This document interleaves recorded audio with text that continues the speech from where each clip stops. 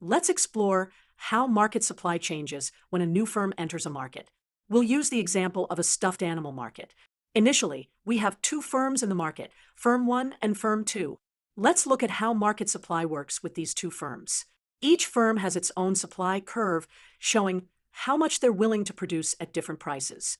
Here's Firm 1's supply curve, and here's Firm 2's supply curve. The market supply curve shows the total quantity supplied at each price level. We get this by adding together what both firms would supply at each price. Now, what happens when a third firm enters the market? Here's the supply curve for the new firm.